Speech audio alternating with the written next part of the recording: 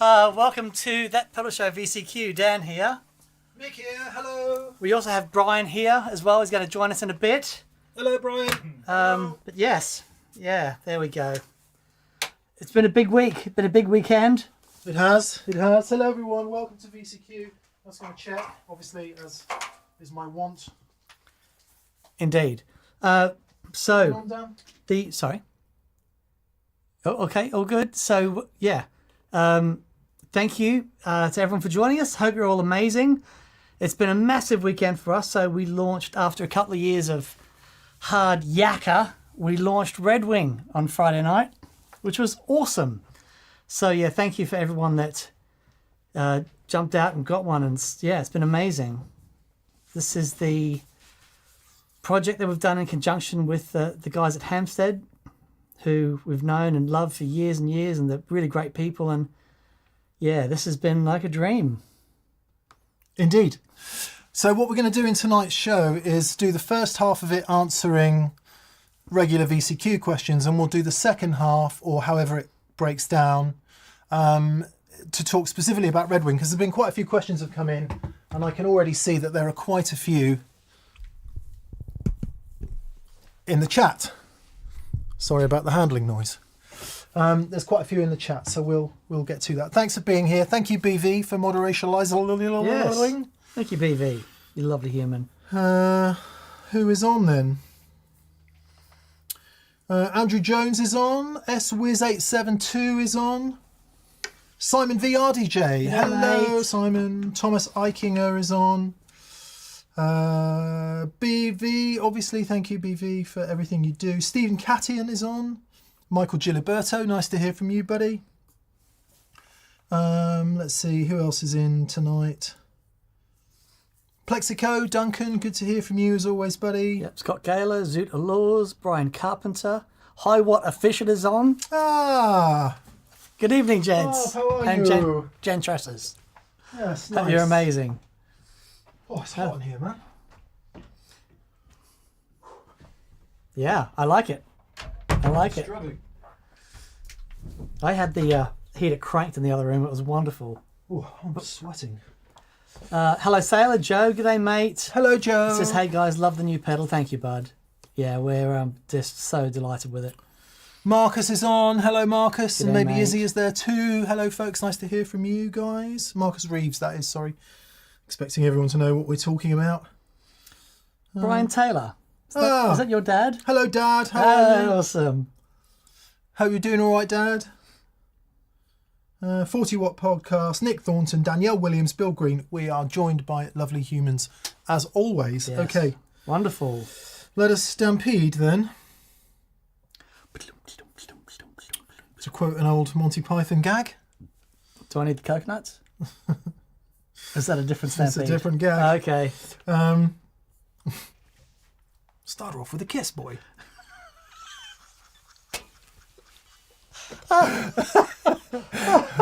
We'll stampede to the super chats. What's that? Boy. It's Ocarina, sir. Bring it here. I'm doing this for your benefit.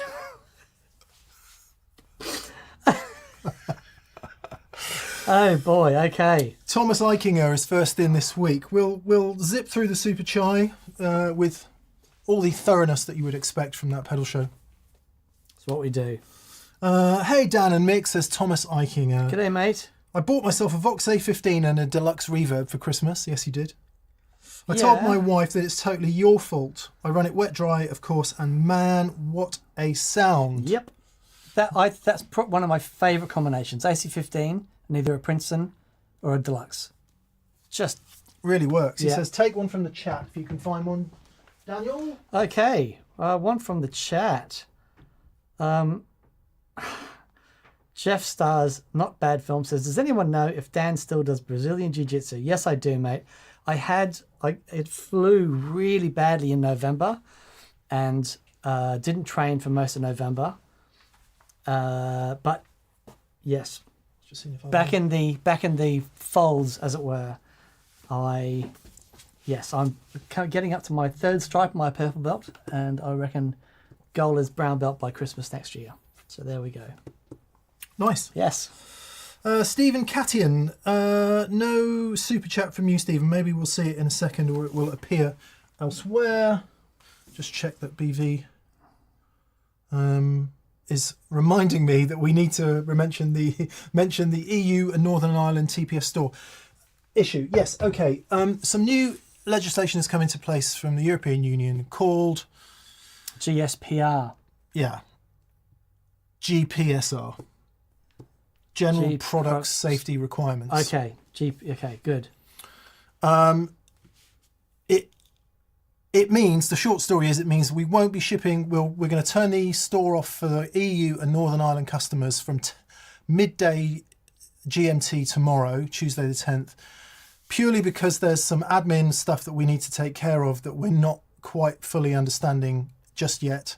And what we don't want to happen is to be sending stuff to the EU and it be getting caught up in administrative bollocks so that you don't get your parcel. So we are just going to, as a safety measure, turn it off for a minute. So you won't be able to buy anything from that pedal show store, EU and Northern Ireland people. Sorry, feel particularly sorry for the Northern Irish for lots of reasons. So if you do want to buy anything and you're in the EU or Northern Ireland, do it by midday tomorrow, Tuesday the 10th, and you'll be fine. Yes. We're just not going to ship after that. So with apologies, we hope to get it sorted out in the new year. It's just an administrative ball ache, and we have to go through that. Apologies. Yeah. Thank you, BB, for the reminder. Yes. Well, yes. Yes, well done. Simon V. RDJ. Hey, Simon, he says, hi, TPS, for giggles. I chucked a most hated pedal onto my pedal board. That is the Digitech Eric Clapton Crossroads pedal. Oh, man, I remember that thing. I seek your views on this abomination. P.S. Harmonious, Monk and Redwing together, maybe. Yeah, that would be pretty cool. Yeah. We might be able to try that before the day's out. Yeah. You know what? That Digitech, so back in, I guess it was the mid-2000s, was it? Thereabouts? Might have been earlier than that. Did a Hendrix pedal that was in a wah type enclosure and the Clapton Crossroads one, and in it were digitally modelled versions of famous Clapton tones in the Crossroads. And I think it is easy to look back on it now and regard it as perhaps a stepping stone in digital modelling development. I think that would be fair. Because there was another one, because they did the Hendrix one in the wire enclosure, didn't they?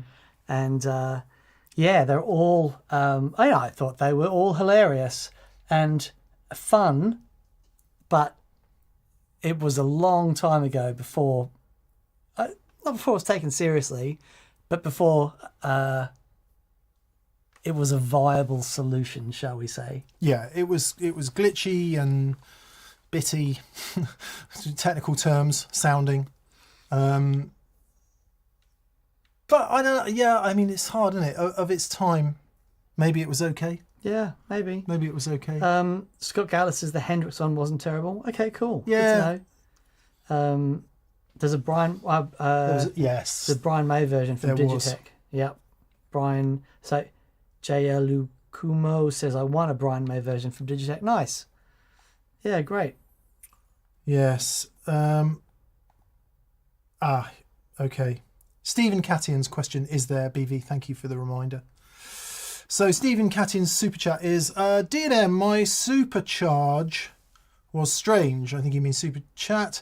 For Daniel, does the El Paso power high current adapter power the old radial and tube-driven tone bone overdrive distortion? Thanks in advance. Yes, mate, it does exactly what it was designed for.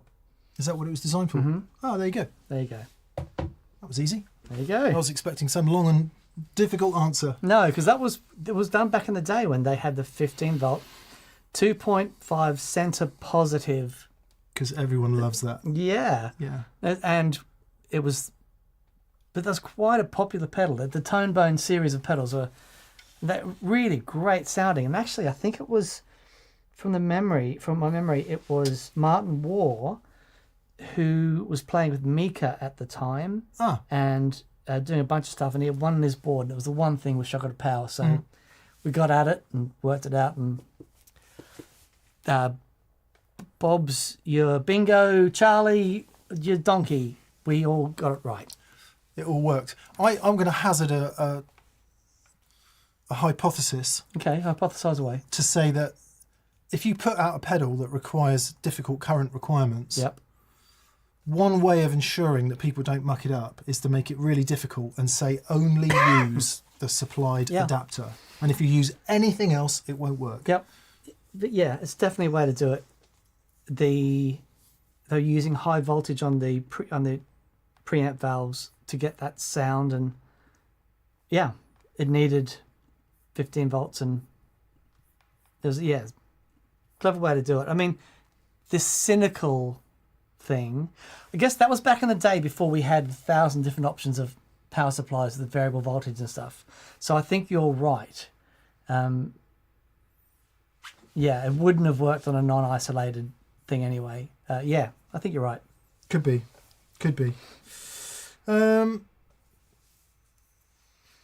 Apple Spencer's, howdy gents, love you too, buddy. Thanks for joining us. Michael Giliberto is next. Michael says, by the way, if you've just joined us, the first bit of this Q&A will be Super Chats as normal, and then after that, Brian Love from Hamstead is here. Hello, Brian. Hello. And we'll be running through some Redwing stuff and some questions. If you missed, or indeed, if you saw the launch on Friday and you have some questions, we'll be doing that in the second half, just to reiterate that. Simon V, RDJ. Simon says... No, we've just done that one. Apologies, Simon. Michael Giliberto says, hi, Dan and Mick, and TPSers everywhere. Congrats on the Redwing. Thank you, mate. Perfectly timed for holiday gifting to oneself, in my case. He says. Please take a question from the chat if you wish. Okay. There was one here, but we're going to get into our Redwing things later on. David says, so many times I've found an amazing sound with my pedal board, but can never recreate it later without switches or digital silliness. How do you go about recalling sounds? The easiest thing that I find, David, if you've found a sound that you love, get your phone out, take a picture of all the settings, and take a picture of the settings on your amp as well, not just the pedal board, anything that you're plugged into. I think you also need like a hygrometer for a humidity reading. You need a wind gauge to see which way the wind is blowing. All that stuff. What colour underpants are you wearing that day? Obviously, because we know all tone is better when you wear green underpants. Indeed. Oh man, I'm being facetious, but your perception on different days is really something to behold, as anyone who's played a regular gig will know. When you go into the venue one week and your gear, which was exactly the same as it was last week, sounds flipping awful, and then the next week it's the best sound you've ever had, and I've yet to have a explanation for that. So I think Dan's phone suggestion is the best. It is so frustrating because I'm recording stuff at home and I have everything set up and I'll be going, oh, this is awesome, and I'll be getting this thing, it's like, yeah. And next day I think of another part to add, and I go in, just turn everything on, get ready, and I just go, it just, yeah. So it's a thing. It's a thing. There you go. I think the answer is get a Telecaster and a Deluxe Reverb, turn it up to 7 and don't have anything else. There you go. Or a Super. Neil Pike. Hello, Neil. Hi, Neil. He says, I bought the Redwing. Oh, bless you, mate. Thank you. And I'm also, yes, thank you very much. And I'm also waiting for my Chase Bliss mystery box to arrive. Can't wait to see what chaos they inspire. Have you seen what they've done? It's genius. We're among friends. We're among friends. Every time they release a pedal now, yeah, I just don't watch it. Because I still, after watching an hour of video, I still don't understand what it does. Okay. And I love you, Joel. You know how much I love you. But this is the mystery box thing. Right. So what they've done, you pay $299, don't know exactly how much, but you get a mystery one of their pedals, but a whole bunch of other companies have gone in on it, and they're like, at least a dozen other companies with these really cool things. And so a pedal turns up, but it's also put 5 little golden pedals in there in the mystery box, so that if you get one of these 5 pedals every time that Chase Bliss releases a pedal for the rest of their existence, you get it for free. Oh, that's very good. Isn't that great? It's so clever. So let's just recap. It could be any Chase Bliss pedal. Yep. And it could be any pedal from one of 5 other manufacturers. At least a dozen other manufacturers. So it could be any of... So you might get... You're not going to get like a Landlord Effects T Scream Green. No. These are all really high end. Like they're. I had the list somewhere, but they're incredible. Like they're worth a lot. Like their retail value is a lot more than what you're paying for a mystery. Oh, I see. You know, and when it comes out of the box, do you know what it is, or is it? It's not till you open the box. You don't know what it is. But it'll be what it is. It's not encased in a. No, it'll be what it is. Okay. Yeah. That's really cool. Yeah, it is really cool. I think it's a wonderful thing.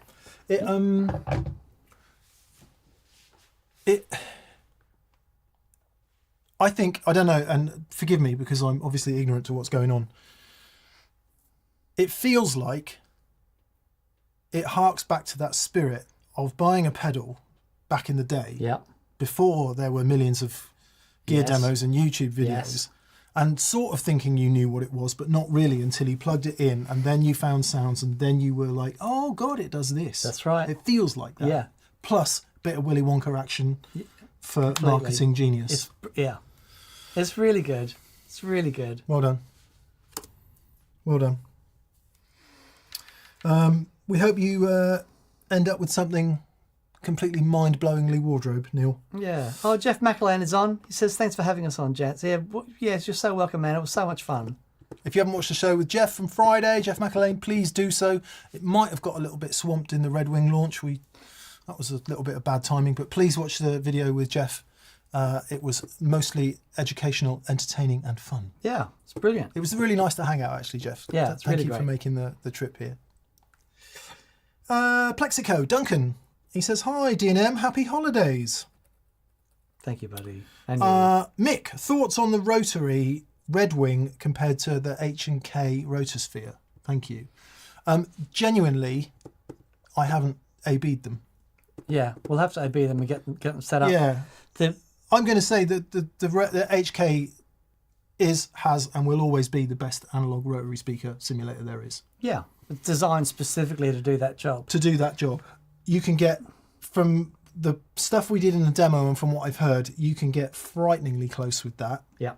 Plus, you've got 58,000 other sounds. Yeah, that's the thing. Plus, you can put it on your pedal board. Yes. Plus, you can power it. Yep. The biggest pain in the arse with the HK is its powering it. Physicality. That was close. I've made so many concessions to using it. And on a good day, you're like, oh, this is great. And on a bad day, you're like, I just can't be bothered with this. I cannot be bothered with this. Yeah. So, yeah, but we should do that A-B. We should definitely do that A-B. Yeah, There's a lot of A-Bs worth doing, actually, because we'll get into this in the Redwing bit, but people have been asking, for example, does it sound like a DC2 Wazza, like a Boss Dimension? And it's like, no, it sounds better. So...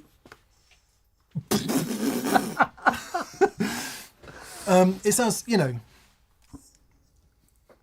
I think it does, but yeah. It's called Headroom. Daniel Thornton, hello Daniel. He says, gents, what are your thoughts about necks, shapes, wood, playability, tone, etc.? I have long hands. Octave reach on a keyboard. I've always believed that thinner necks were easier to play until I played a Fender U-shaped neck. What a game changer. Yeah. I never forget, back in the 90s in Australia, someone says, oh, you got to try this Jeff Beck signature Strat out. It was the one with the ball bearing nut and the lace sensors. Anyway, it was the first time I'd ever played a really thick neck, and that thing was outrageous. Sonically, it was astonishing. And then after about 10 minutes, I just forgot about the neck. I think you can't look at necks without looking at the whole guitar. It's got to work for the whole guitar. Like, for example, my Junior has a relatively thin neck. This neck's nice. The Les Paul's normal. But the 52, lovely, thick, chunky neck. And it works with that guitar. If that neck was on another guitar, it might not work. So it really has to be, for me, it's down to, does it work with this guitar? Yeah. But I have no problem switching between a thin neck and a thick neck. No. Yeah, I would say the same thing. So I've always been a fan of slightly bigger necks, or at least I thought I was a fan of slightly bigger necks, because, for example, my 335, the blonde 335, has the 58, you know. Yeah, that's a killer. It's a serious amp, Yeah, love. it really is. And then the R7 is kind of nice, actually more like a 59 profile to me. This Collings, all of my Collings guitars, have really big necks. My Collings acoustic, which is my favourite guitar in the whole world ever, has a huge neck. Yeah. There is a point to the story, I promise. So this turns up. The guitar that I bought off Thorpe, 65 Gibson ES345. Now, in 1965, Gibson start to do a series of changes that makes them much less interesting to collectors. And one of which was the necks get thinner from 65 through to the late 60s. And a lot of people just really don't like it because they're skinny, but I'm playing it going. I've played ones that are much skinnier, by the way, but I'm playing it and I just flipping love it. Brian picked it up today and he's like, really, really like this. It's the vibiest guitar that we have. It's killer, but it's you can't disassociate that neck from the rest of the guitar. It just works with that guitar. But I think my point is, because I've been playing it so much, and actually on the same gig, I then pick up my acoustic, my Collings acoustic, which has the massive neck, thinking, oh no, am I going to fall out of love with this guitar? Halfway through the first song, don't even notice. Yeah, there you go. There you go. The problem arises, there's a lot to do with playing position and playing style. So if you play thumb behind the neck, if you're into all that business, or if you play thumb over the neck, that can all make a difference. Strap height can make a huge difference. Yeah. And where it makes the biggest difference is if you notice any pain. So quite often a pain you'll get is here. That's not an uncommon kind of pain for guitar players, especially if you sit for ages in a single seated position playing. Now, neck position might have an effect on that. So the more people I talk to have had that, though, are players of skinny necks. Usually, the fatter the neck, the less fatigue and the less injury. Oh, really? Okay. I'm not a doctor. Yes. That bit of your hand, I think. Yeah. Actually. Because there's something in it. It's good to have a nice round chunk in your hand there. Unless people with really skinny necks are just sort of self-harming as they...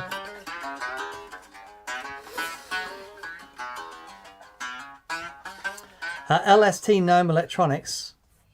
I say I love the thin neck on my Epidot. Yeah. Yeah, my 62 Junior, 61? 61. I can't remember now. That has a thin neck on it. It just sounds magic. Yeah. Bill Collins he believed, he had a belief that for him, I'm trying to stop saying the best guitar sounds. That's what I'm trying to avoid saying. In his mind, the best guitars had lots of wood in the neck and not much in the body. Okay. And he was of that opinion. What does this button do? It says, so true, a fat neck helped my carpal tunnel loads. There Great. you go. Amazing. There we go. And I think it can be tempting for people with, shall we say, less extended digits to think that you can't get on with a bigger neck because you can't reach. Now, there might be a physical reality in that somewhere along the line. If you're in any doubt about that, go and watch a guy called Red Volkart play the guitar. Oh, yeah. Yeah, it's great. It's like Cumberland sausages for fingers and back of palm. Right. Whips his way around vintage tellies like nobody's business. Yeah.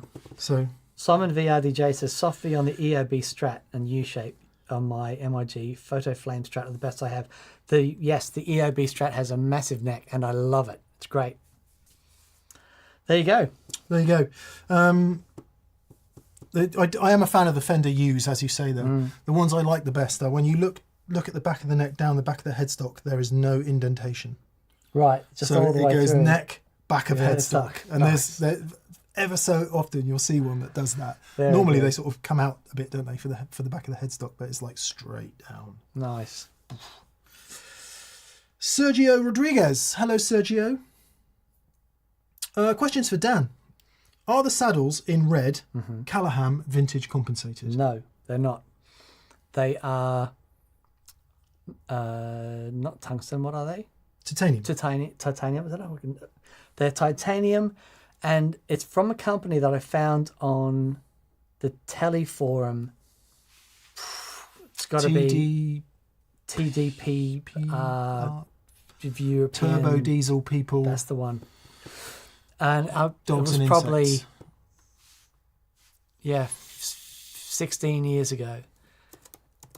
I cannot remember what they are. I thought they were KTS, but they're not KTS. TDPRI. That's the one. Telecaster discussion page reissue. Yeah, that's the one. So I'll need to have a look and try and find them.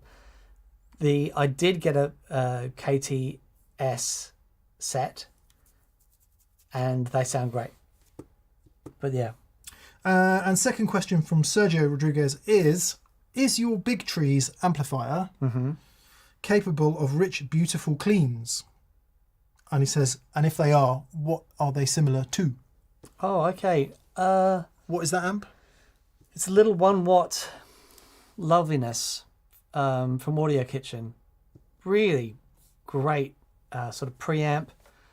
You can use it in the studio or use it on your pedal or use it on your board as a pedal. Does it do lovely cleans? It can do, depending on how you have it set up. I would normally, because it's also a 1 watt amplifier you can plug straight into a speaker cab. And that's how I normally use it at home. And it's awesome. I don't tend to use it as a pedal in front of another amplifier.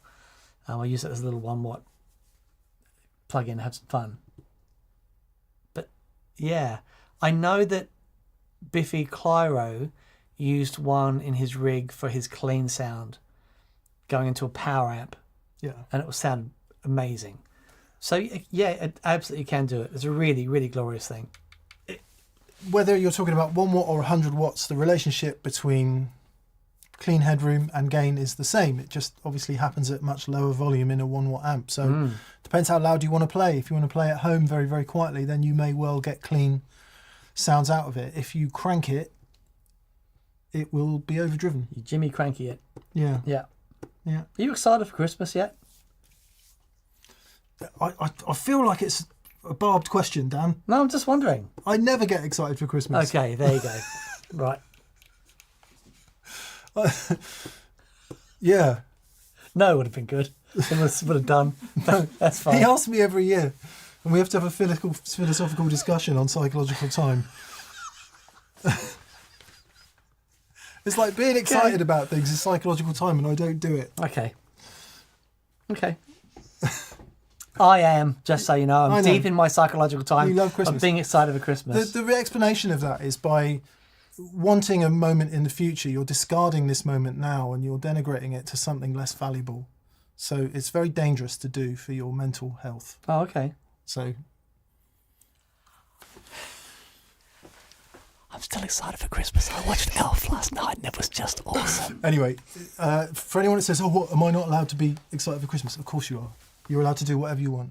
And there's no should or shouldn't about it. It's just a choice. P.S. I really don't like Christmas, which is equally psychological time, right? Boy. Yeah. Liv's coming home It's just a for hassle. Christmas. And Yeah, it's see, just, that's it's good. been really nice. Yeah. Yeah. We'll lovely. probably work a lot and do jobs. But you're cooking for your family and stuff, aren't you? You're doing all that shenanigans? Or are you not doing that this year? And what is good about that? Yeah. Yeah.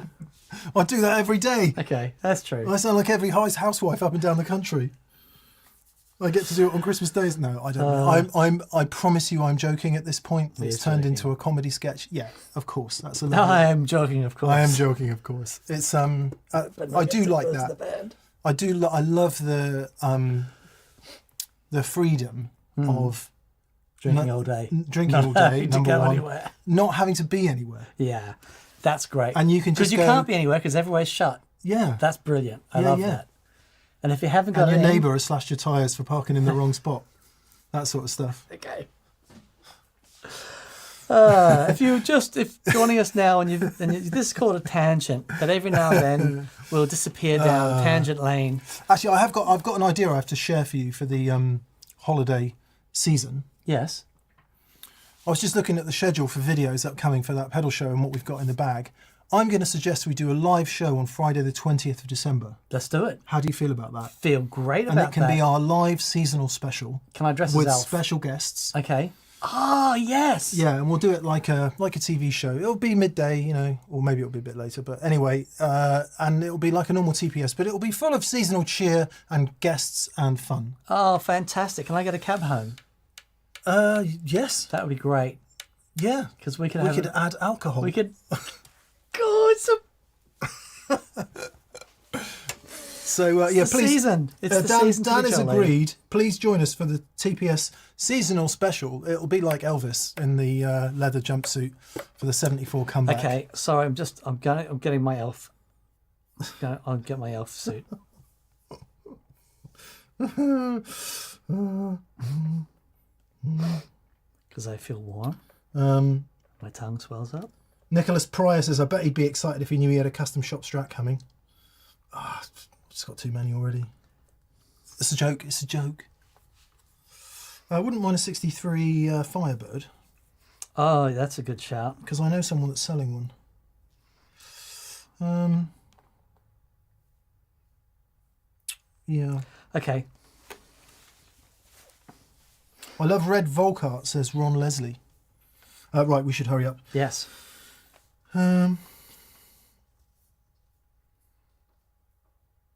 Robert Payne wants you to dress as Elvis Presley. Oh. Okay, if you have... That is gold. That You is do 68. solid gold. Keep them coming. You do 68, I'll do 74. Was it 74 or was it 78? Okay. 77. All right. Is this... One was leather and he looked really cool. Yep. He's like,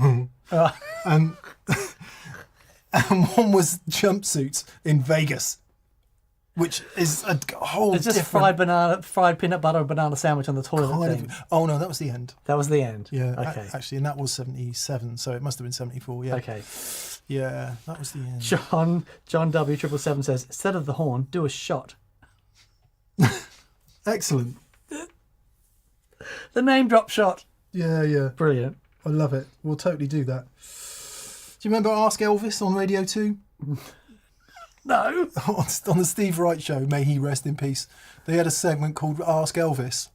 And Elvis would come on, he'd be like,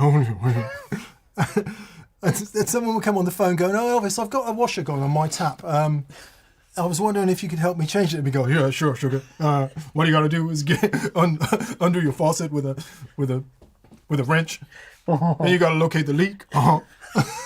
He'd explain how to replace a tap on your a washer on your faucet. Oh, that's brilliant. In America. Okay, that is brilliant. Yeah. I think it was actually Elvis as well. So this Friday the 20th, live TPS. Yeah. There's going to be elves. There's going to be, dressing up, silliness. Yeah. Possibly alcohol. I wouldn't miss it, because once the alcohol starts going, it may end up being the last TPS ever. So it'll be the most offensive it would be brilliant episode of TPS ever broadcast. Yeah. And another thing. Brilliant. Stefan Savelda, hello Stefan. He says, hey TPS, what's the perfect amp if you can choose bits and pieces from your favourite amps? Mine would be Amp Topology 2 Rock Classic Reverb and a stereo feature from the new Pano Verb from Fender. Okay. Mine would be... We got our first guest for the 20th. Marcus Reeves is coming in. Nice one, mate. Awesome. He could do Santa. He'd be a great Santa. If not, a wise elf. Yeah, we'll sort it out. Everyone who comes in has to be in costume. Yeah, That's the rule. that is the rule. Okay. Brilliant. Okay, mine would be, I'm really into the 6v6 thing at the moment, but the Dr. Z80 beast of a thing has blown my mind. So a cathode bias 6v6, 4 6v6s would be fun.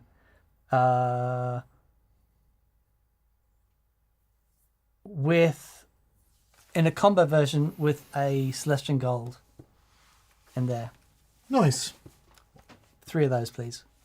Mine would be a Dumble Overdrive Special, See, I forgot this was fantasy and that you could go there. the same as Robin Ford's, but with reverb, Yeah. if that was even possible. Yep. And then that would do me, I think.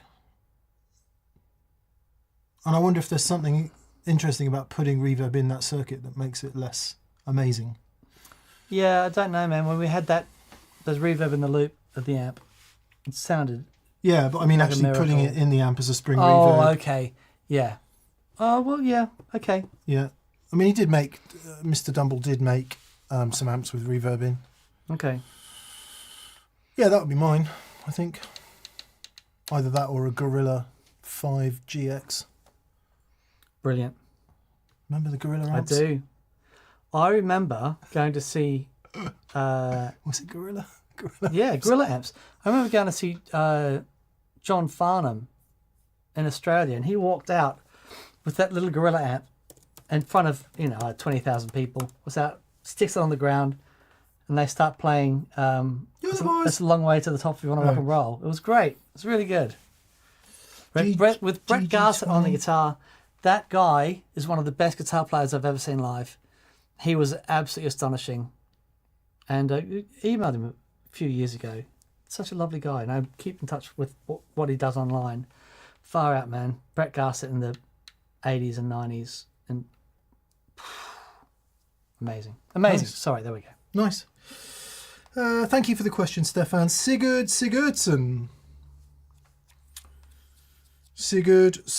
says, hey guys, could you do another Dumble style pedal episode? Love the last one and would love to see how your viewers changed regarding new knowledge and new pedals. Yeah, why not? Yeah, Let's do it. interesting. Okay, great. Back when we had Robin's Dumble, and it ended up being here for a bit longer than we admitted.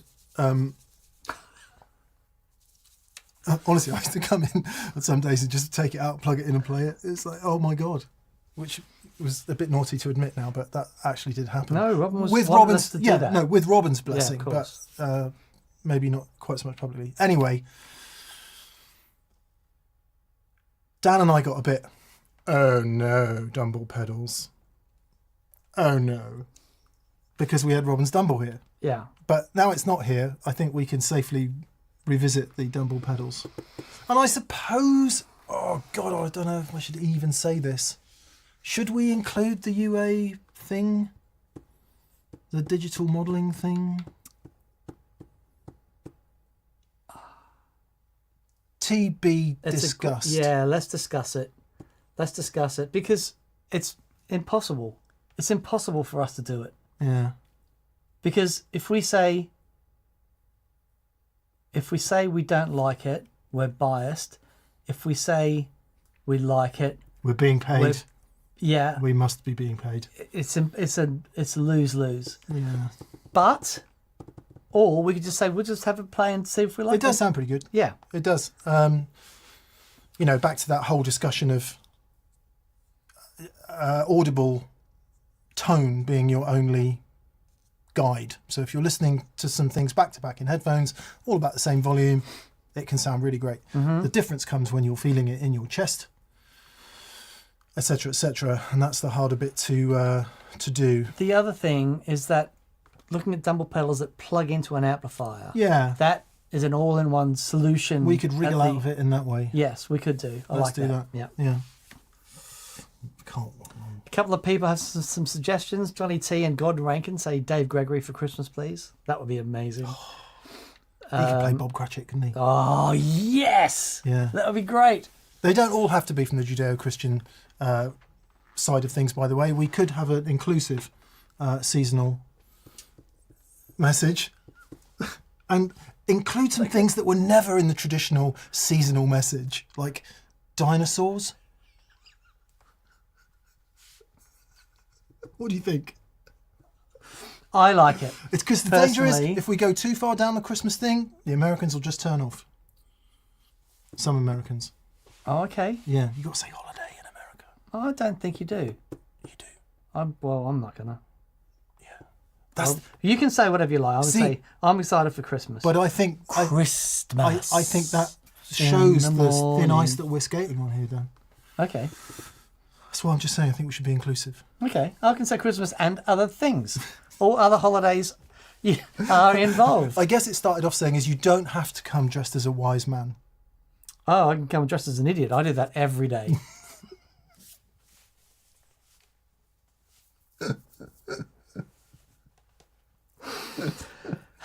There we go. Robert Payne says, so someone's going to come as Flash Gordon. I like it. I like it.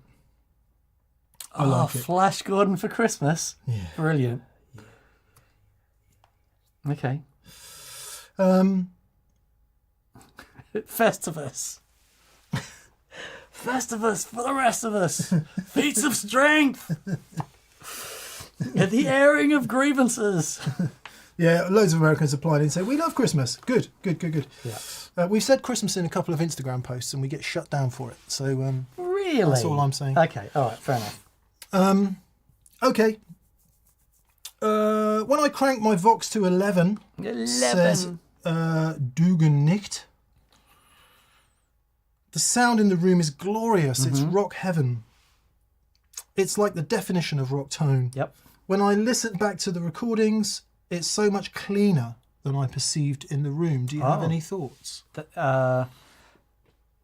Because you are experiencing sound pressure level and you are interfacing with your guitar in a way that isn't just about the amount of distortion in the signal. And so it will feel great and visceral and real, but you go back to a lot of those cranked rock tones, they are cleaner than you think. Yeah, it makes sense, I think. Yeah, I was just trying to think why that might be. It also might be depending on how you're recording it, because the Voxes still, when they're cranked, they still have top end and clarity in the top end, which is the beautiful thing about cranking an AC30. Yeah, depending on how you're recording that sound and hearing it back. Yeah, I don't know what the answer is. I don't know what the answer is. That's quite interesting. We should try that. Yeah, try as well. Because I often find the opposite.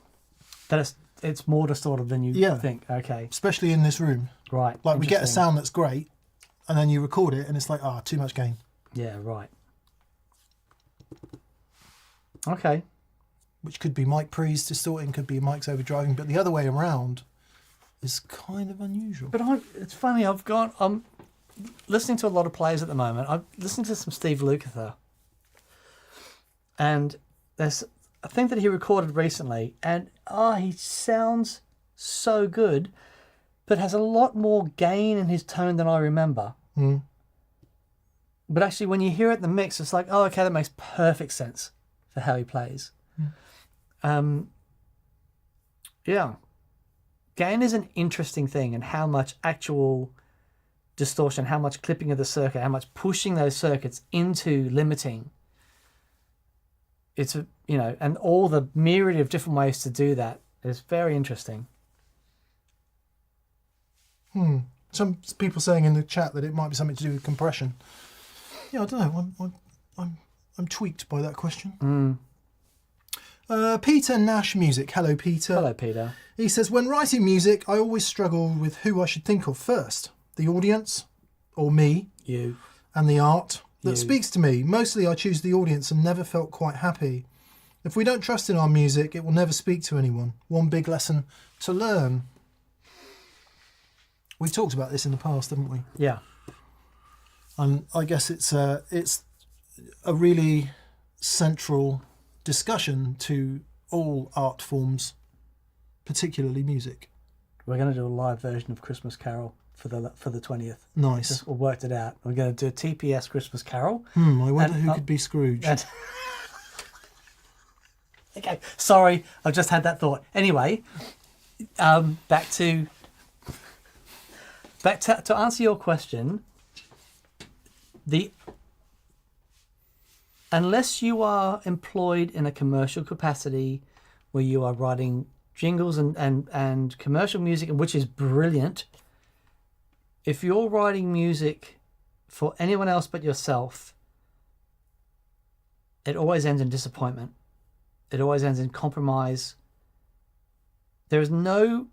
If you write something for yourself that you really dig, because I can promise you this, no one is going to enjoy your music as much as you do.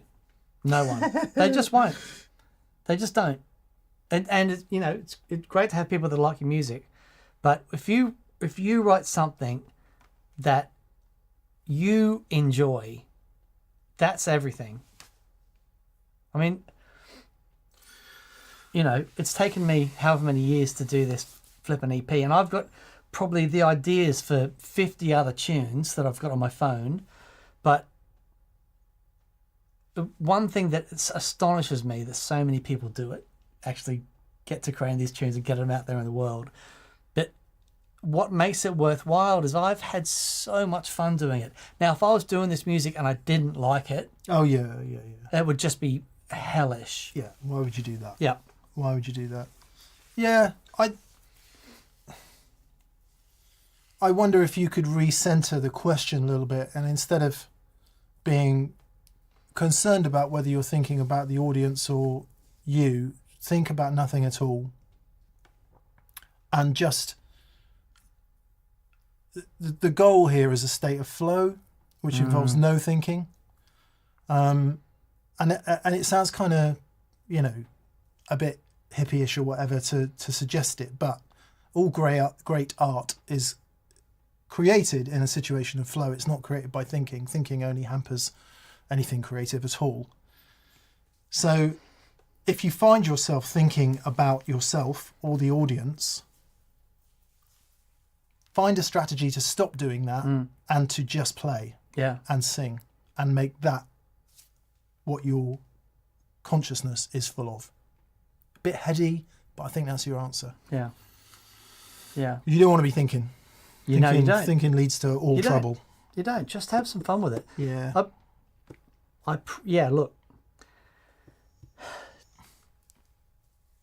I genuinely think no one is going to enjoy that music as much as you do.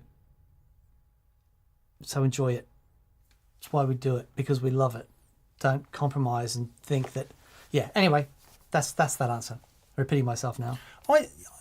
Okay, I don't know about that. When Tom Jones goes on stage... Yes. But that's a performance. Wherever. That's a performance. That's different. I'm talking about listening to a song, an audible thing. But he's saying when he's playing... Yes. He's playing, he's performing. Okay. That's what he's doing, isn't it? Okay, well, yeah.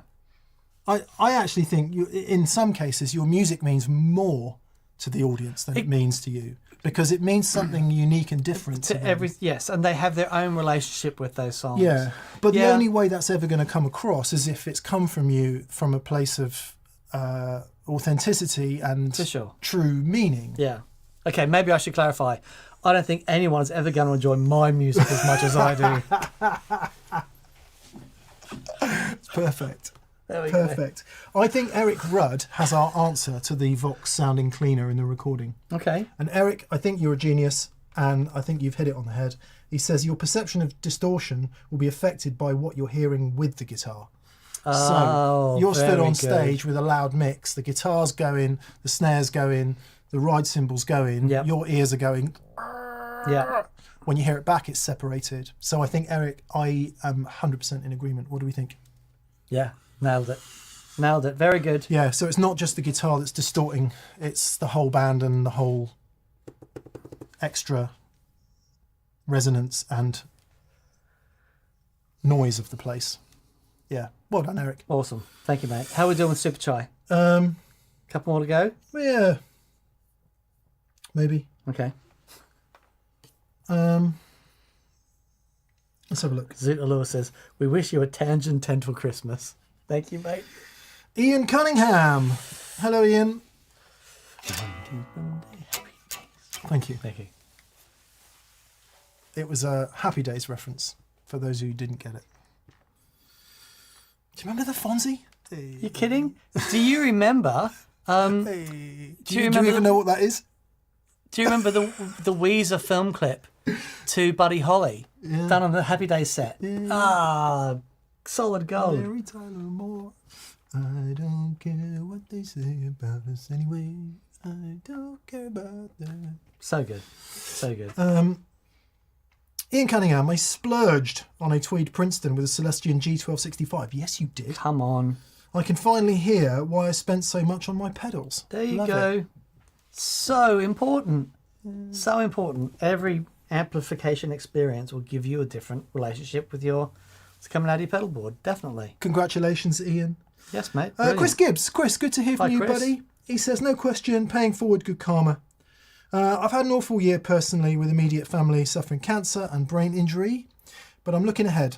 Motorcycling, boxing and guitar have kept me sane. Wishing everyone here the best for 25. Very good, mate. Well done. Thank you for sharing that, buddy. Boxing is hard. Boy, oh boy. You know, you've done a workout. I've done a session, done the boxing and punching stuff very hard. Our nephews turned 15 at the weekend, Right. which is almost... I just can't get my head around it. You know, they were Rugrats last week. Anyway, James does a thing called Muay Thai. Muay Thai. Yeah, which I assumed was some sort of cooking and aromatherapy. No, thing. it's kickboxing. He showed me some videos. It's amazing. Flipping heck, man. Yeah, man. Muay Thai is great. So the classic combination for MMA fighters is Muay Thai and Jiu Jitsu. Right. So Muay Thai for the striking, Jiu Jitsu for the ground game. You get that for the ball grabbing. That's right. Yeah, but I striking just is too hard on my hands. Yeah. And there's bits of striking in Jiu Jitsu, but you know, Jiu Jitsu is enough. But the Muay Thai is, they train. A friend of mine who was a brown belt, and he moved out to Thailand and trains. He sends videos of them training back, and they train all day. Wow. Yeah, it's amazing. It's really awesome. Wow. Yeah. Did you see the Instagram clip of the two kids beating the shit out of each other I sent you? Genius. It was so good. Yeah, she was hardcore. That kid. Yeah. Yeah. Yeah. It's good. I mean, you know. Anyway, Chris, we hope 2025 brings you a bit more levity, mate, and you enjoy the motorcycling and the boxing. Yeah, mate. Well and done. guitar. Good to hear from you, mate. Chad says, hi guys, Chad. I've just finalised the full TPS wet dry reactive load and IR headphone rig. That sounds interesting. Nice. For late night practice, he says, I know. For wet dry, would you hard pan each amp in headphones or split them 50-50? I would probably have a little bit in each amp because when you're in the room, you have a holistic experience. Yeah. You'll hear that in a minute, Chad. Please bear in mind, if my brain forgets to mention you when we're actually doing it, when we get into Redwing in a minute, you're going to hear some sounds stereo and you're going to hear some wet dry, and I'm going to manually pan the sounds. So if you're wearing headphones, you'll hear the effect. Yeah. And sometimes it can be much easier to hear it when somebody else is doing it because you're not having to concentrate on that whole caper. So, hopefully that will be instructive to you, and we'll try as best we can to be clear about what's happening. Yeah. Well, you'll be able to hear it. Yeah, for sure. I need to do some mono stuff as well because lots of questions about that, but we'll get into it. It's all we can set up. We can do anything. Yeah. Anything. But we can't do that. He was a lovely guy. I met him in Australia. Did you? He was Shot. shot. Oh yeah. The No, name he drop was- shot. He was pretty short, wasn't he? So I heard. It wasn't. Yeah, it wasn't hugely tall, but he was. There's this big music showcase thing that we were playing at, and he was comparing, and this is sort of before his resurgence, and he was so lovely. He was just chatting to us and hanging out, and it's like, it's Meatloaf. It was really cool. Yeah, Actual Meatloaf. actual Meatloaf. May he rest in peace. Yeah, William Young. Think I better leave right now. met him too. Hello, William. He says, I'm patiently waiting on delivery of a Redwing. Thank you. Thank you, buddy. A CXM78. Oh, Somebody won the lottery. And a Chase Bliss mystery box. oh man. We hope you don't get a CXM78 in the mystery box, because that would be disappointing, wouldn't it? That'd be amazing. Yeah. If you got to see it, it's like 290. You'd be like, check this out. Yeah. What Chase Bliss mystery pedal would you hope for to complement the other two? So you've got beautiful stereo Lexicon. Was it Lexicon? The 224? Lexicon? Have I The got that right? 224 Yeah, or the 422? yeah, 224. Was it Lexicon? I think it was. Anyway, beautiful stereo, reverb, just ubiquitous in studios, certainly throughout the 80s.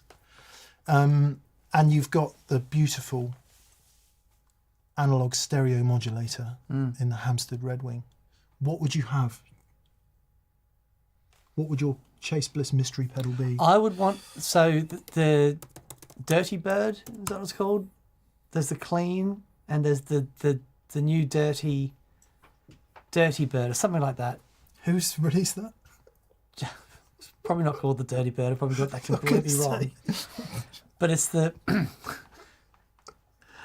It looks really cool. I think you're looking at the wrong channels, Daniel. They've Angry Bird? no, it's something like. I'm not Googling Dirty Bird, that's for sure.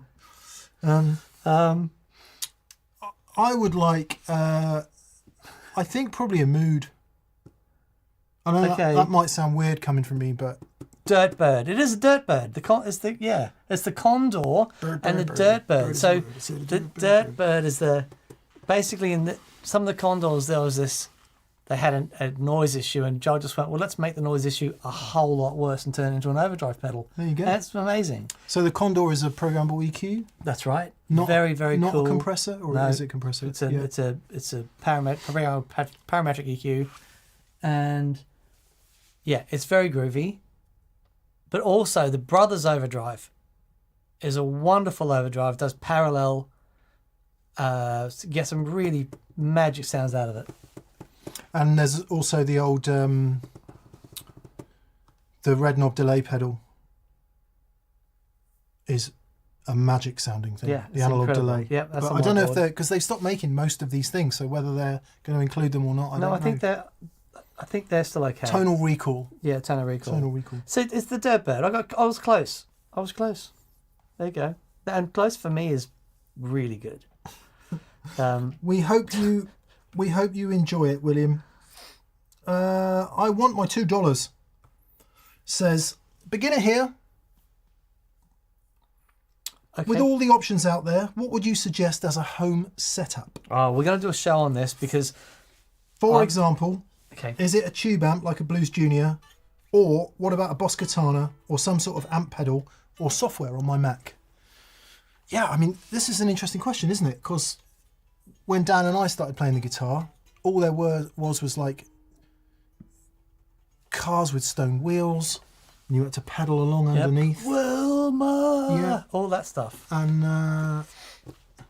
yeah, that You wasn't have a some choice, really was it? wonderful options. So I mean, I've got these Waza headphones and they're fantastic. But when I get to plug into the amp, it is a vastly different experience. Even really quietly at home. What do you want to do is my question.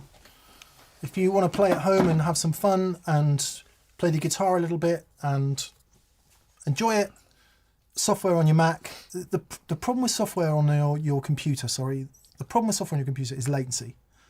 So unless you've got a really, really great sound card and a powerful computer, what happens is the gap between you plucking the note and you hearing it back can end up being quite long, and that's off-putting and difficult for seasoned professionals, let alone beginners. So maybe that's not the ideal first step. Maybe the ideal first step would be something like the Waza headphones, or an all-in-one unit, or something like a Yamaha THR that you can plug headphones in.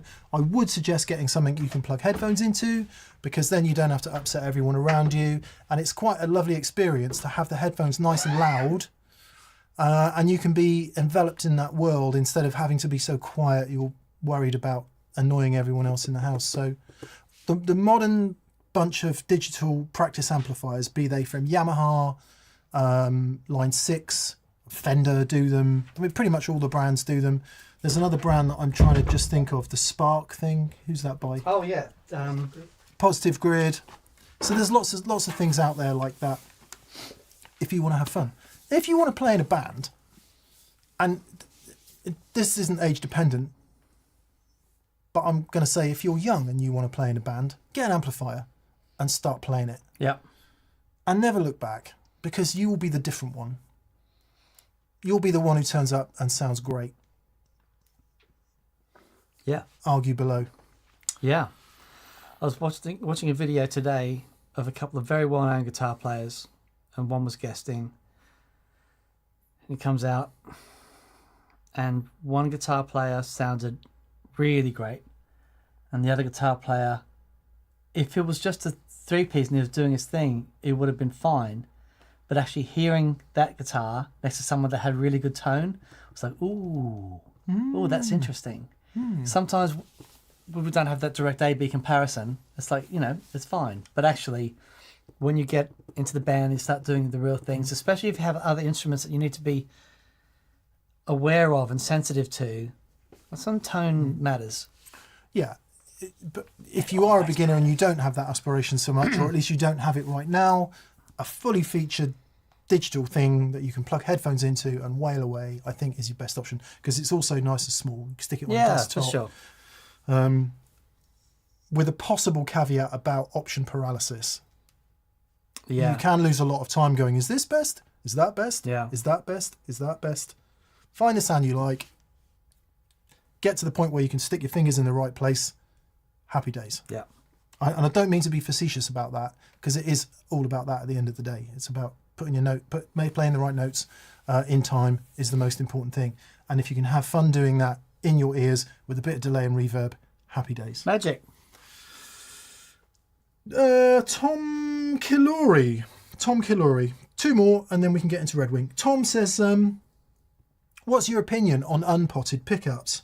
Is the potential for a more open and vintage sound worth the risk of squeal? Just how much volume and gain must be present for there to be a concern? Cheers. I've never had a problem, but I don't play very high gain. And if I do, and I get to a point where I stop, I turn the volume down and stop squealing. Yeah. It's also not a dichotomy. It's very rarely potted and unpotted. It's more potted and less potted. Yeah. So, for example, we had that, I don't know if you remember back along, we had the Pelham Blue Murphy aged SG in, which was a stunning guitar. It was a really fantastic guitar. Mm-hmm. And that bridge pickup was just not potted enough. Because at volume with overdrive, it squealed. Yeah, okay. Now, in Dan's actual 62 Les Paul SG, it doesn't squeal. No. At all. No. Red does a tiny bit. Right. That does a tiny, tiny bit. Actually, that does more than red. Okay. Interesting. It's more common on tellies for other reasons. So, to answer your question, yes, it depends entirely on how much gain and volume it is that you're using. Because if you play at low volume with plenty of gain, you shouldn't get too much trouble. The more volume you get, the more gain you get, the more it gets there. So, yes, a lesser potted pickup can lead to a more airy, vintagey tone. Yeah. I think that's a given. Yep. I prefer the Do you top agree, end. Brian? I can't say I've had a huge amount of experience between the two. I think because I'm not a huge humbucker guy, Yeah. I mostly land on sort of, well, mostly live these days using sort of gold foils and that kind of thing. And I don't know, I've never really looked into, Yeah, so into Brian... what actually goes on with them. Brian's on the fence because he plays a lot of single coils and gold foils and things like that. I can tell you, as a fan of vintage style PAFs, I like them about 2% before they start squealing. Yeah, Generally. absolutely. I prefer the top end in them. Yeah. They just sound, being a Telecaster player. But it is important to say there may be other factors at play here. Yeah. There may be other factors. The physical nature of the compound they use for the potting. I mean, if you talk to Matt at Monty's about this, he's got a whole bunch of coils, Fender single coils, cut open so you can see year by year by year. And the difference in the material and the thickness of it is staggering, given that they're supposed to be a similar spec. Mm-hmm. Very interesting. So, yeah. What's relevant here? If you look at the current Gibson offerings, I want to say some burst buckers are less potted, and some custom buckers are listed as being not unpotted Oh, okay. or less potted. Right. So that might get you somewhere there. Okay. Yeah, I think there's more to it because, of course, then the next thing is each individual coil can be potted and then the whole pickup can be potted. Yeah. So what are they actually talking about? Yep. Yep. That's a very good point. Just buy loads of old pairs of original PAFs and you'll be fine. Definitely. Definitely. But whatever they are, 10 grand a pop. Maybe not so much. Barry Thomas, hello Barry. Hi, Barry. Have you ever thought about adding a bass cut? The G&L Superhawk came with 2 tone controls, one master tone and the other a bass cut, which means you can use humbuckers with fuzz. Oh, yeah. Reverend guitars have this. Some Reverend guitars have that functionality as well. There's an extra pot on there which scoops out a bunch of bass, Yeah. low mids. I wonder if that's done with inductors. I remember seeing was it an old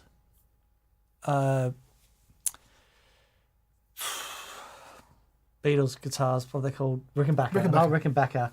And the neck sounded nice and skinny. The middle position sounded a bit weird. Anyway, they had a cap just in series with the neck pickup, just to cut off some bottom end. Yeah. But you do get a bit of phasing with just a capacitor. A tiny little bit phase shift at certain frequencies. A really cool sounding thing. But I think one of the cool things is having an inductor there. So you still get this decent thing. But anyway. Yeah, it could be. Have a look on the Reverend Guitars website, see how they do It's it. passive, yeah? It's not active. It has no battery. Okay, there you go. Yeah, as that I'm aware of. So, yeah, it can be useful. Dan and I were talking about this recently through the whole development of Red's pickups from Monty's. Dan's worked really hard to get that pickup in the neck position of the telly to sound bright because obviously the bridge position in a telly is bright. One of the things he's done is disconnected the neck tone control, which basically unloads the pickup and it means you can get more extended high end. And it's quite significant. And then we sort of stumble on the realization that I think I said to him, I basically never use the neck pickup on a humbucker guitar under any distortion. Oh, wow. Yeah, that's right. Unless you go in for that, badge type cream sound, or it's designed to be woolly, and I almost never use it. Right, but using the in-between position a lot. Maybe if there's like light overdrive, so it's just breaking up. So I get it, I totally get it, and maybe your suggestion would really work for that. I just find it too woolly on all the Gibsons because I have everything set to make that bridge pickup sound fat and full. Sure, okay. Yeah. So then when you go to the neck pickup, it's like, nah. Yeah. Clean sounds different case. Strat, backwards and forwards all day long, no problem. Yep. Heavy gain, light gain, easy peasy. But sure. yeah, humbuckers are a challenge. Might be why you see a number of players having P90s in the neck of their humbucker guitars. Oh yeah, okay. Get that clarity back. Anyway, loads, cool. loads of ways to skin that particular cat. Please don't skin any cats. Okay, I believe we are at the end of the super chai. Okay, wonderful. Thank you everyone for super chatting. I'm going to swap places with Brian, and we're going to get into Redwing. So if you've got questions about Redwing, now's the time. I'll try and monitor the chat.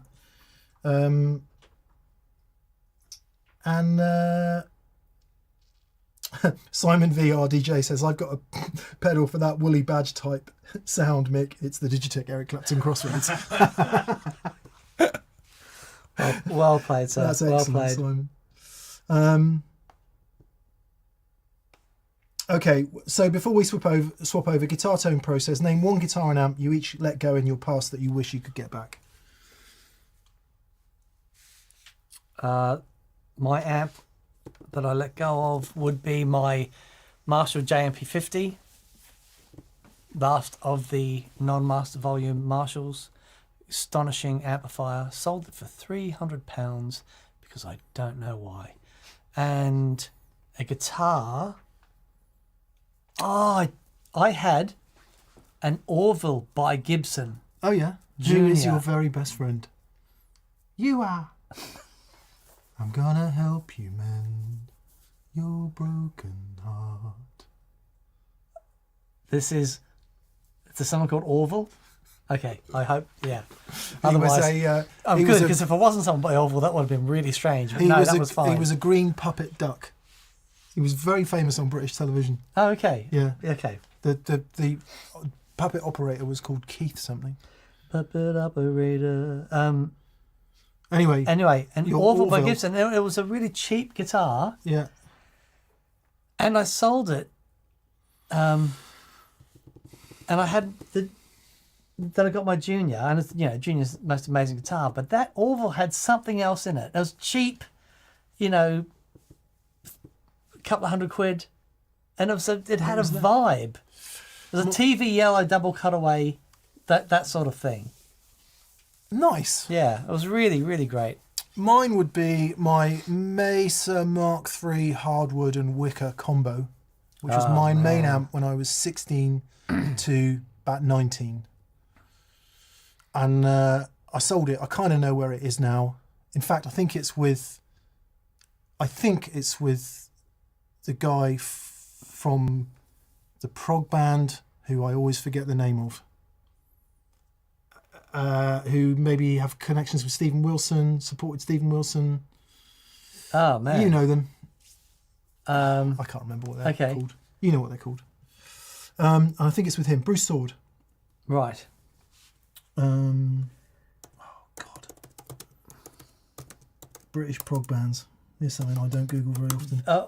Old prog bands or new ones? Very, new. very, very, very current. Someone will be in the chat saying who they are. Okay. So that would be my amp, and my guitar would be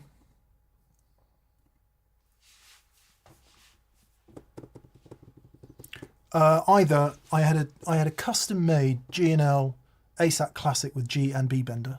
Oh wow! It was literally like one of about 5. And I sold that in my post-2008 financial crisis. Oh no! Or my Gibson ES135, which was a really, really cool guitar with P100s, which I would have by now changed to P90s. Pineapple Thief. But there you go. Oh wow! Pineapple Okay, Thief. that's awesome. Yeah, I think Bruce has got it, but I could be wrong. Keith Harris, thank you. Thank you. Right.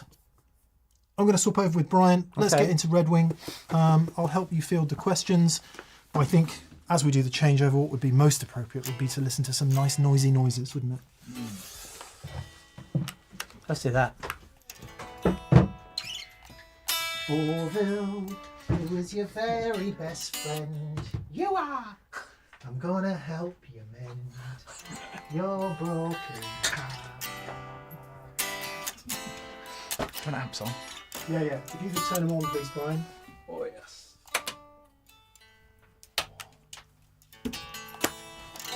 Groovy. I'm going to fade the voice mics down and turn up the guitar amp mic so you can hear it.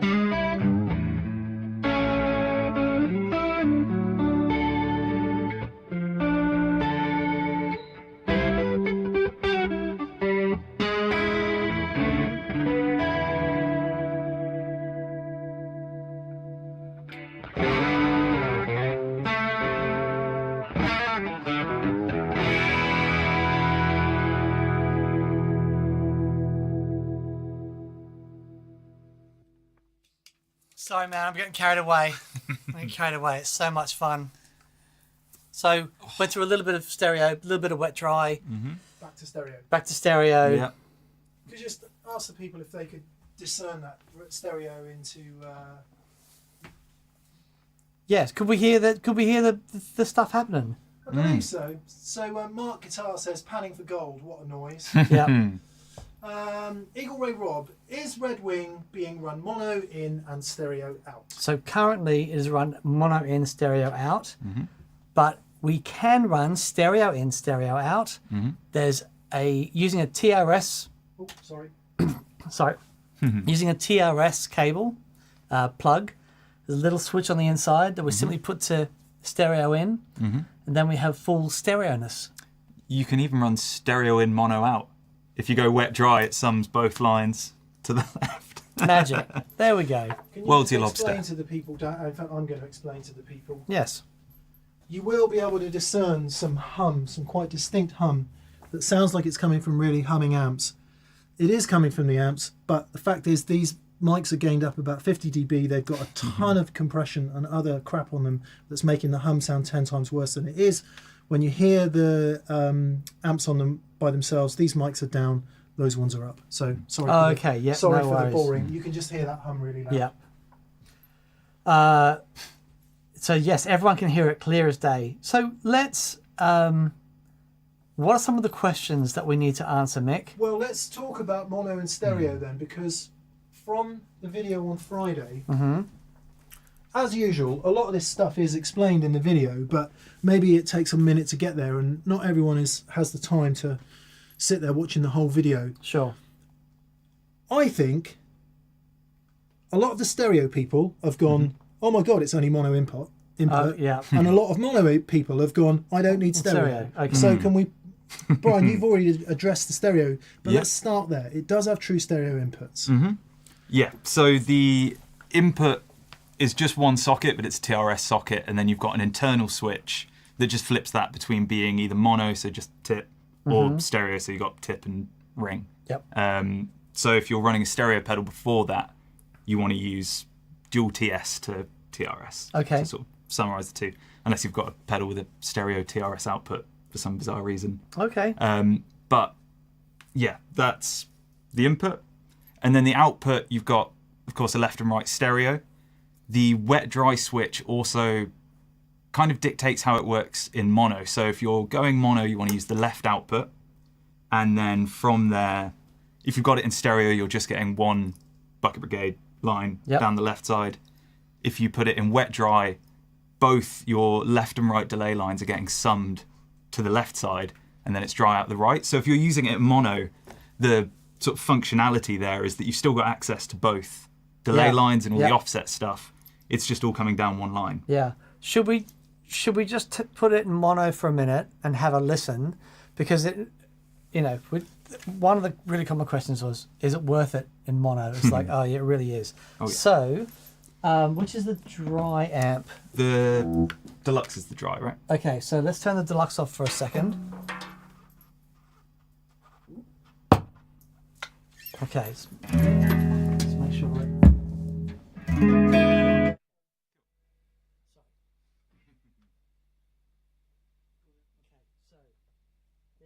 is. Just explain what's happening. So please. we're going to put one delay line in mono, so just like as you would for a standard chorus or flanger. So in mono, single delay line, and sorry, 1 amp. Yeah. 1 amp, Just amp, the 60. just the Hamstead Redwing into 1 amp. So if you want to have schwungage on that for us, sir. There we go.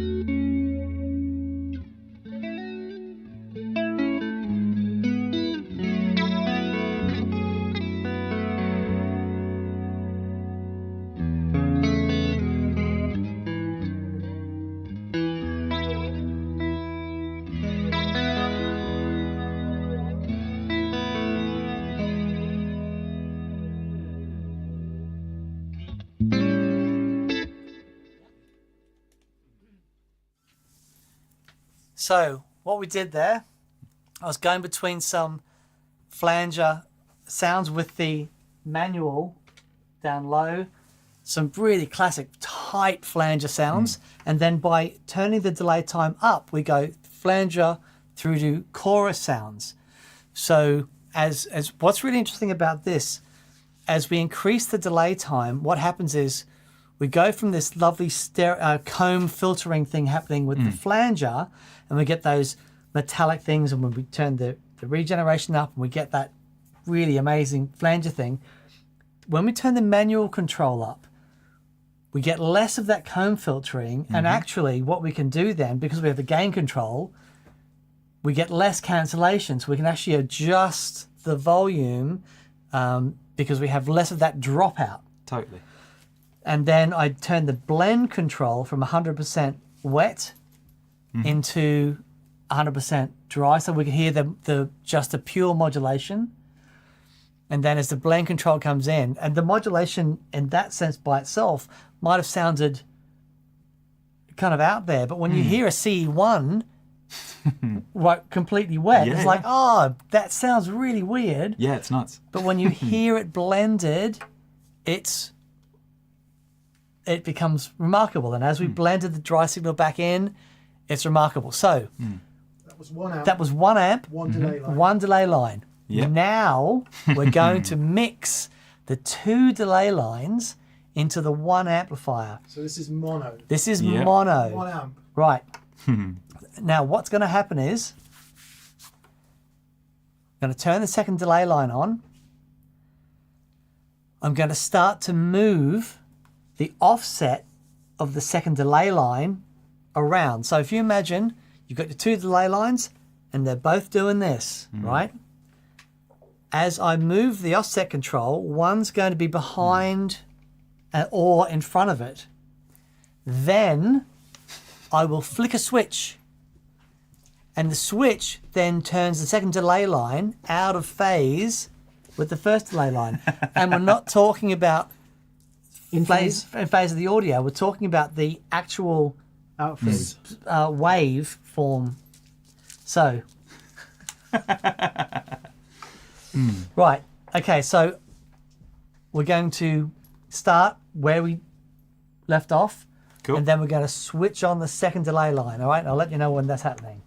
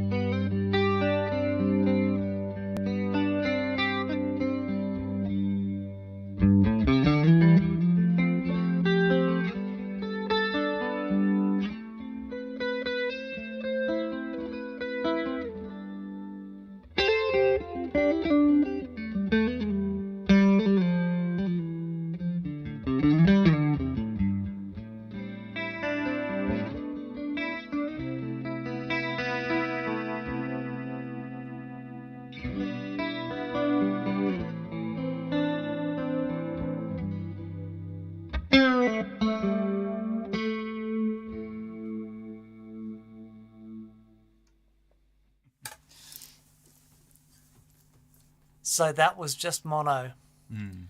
And it's remarkable. So what happens when that second delay line gets added? You're getting chorusing against chorusing or flanging against flanging. Actually, we did all of that was done with chorus. We'll do that again in a second. I'll just show you some flanger tones with the 2 delay lines added. But what is awesome about this? When we were designing this, one of the things I loved about the original Dimension C, I had a bee in my bonnet for ages about choruses and flanges that said they were stereo but weren't stereo, right? Now, what do I mean by that? They would have a chorus, they'd have a delay line, a single delay line, and they would create their stuff, but they'd have a second output where they'd just take the audio from the delay line and flip its phase and put that on the second output. And it's a cool sound, but it's not. For me it was a bit. It's faux stereo. Totally. It's not really stereo. But the Dimension C had 2 delay lines, and when you hear that in stereo, it's the second. It's one delay line goes to one side, and the other delay line goes to the other, right? And that's really cool. But also, what it does, the second delay line is out of phase, the modulation, not the audio, but the actual waveform is out of phase. So what we've done in Redwing is that you can have your two delay lines either going left and right, or summed, as we heard there. Yeah. You can have them like directly in phase, so they're in parallel, or... Which is a huge thing as well. Like for anyone using it in mono, that's a whole... And for people using it in stereo as wet dry, one of the really cool things is straight off the bat, before you even offset the signal, when you switch to wet dry and you've got that summed to the left thing, you're getting both delay lines. And if you have them both in phase and not sort of offset or anything, you're effectively paralleling up those two bucket brigades, and that's bringing the noise floor way down, because you've got kind of more signal to noise. You'll find everything on the blend control. So you can adjust the blend control back and get it. Yeah. So that's is remarkable. epic. But then we can adjust where that... It's the really cool thing about the Wazza, which you can obviously do, is you can just flip the phase of that thing and it's like 180 out. But we can adjust where that sits.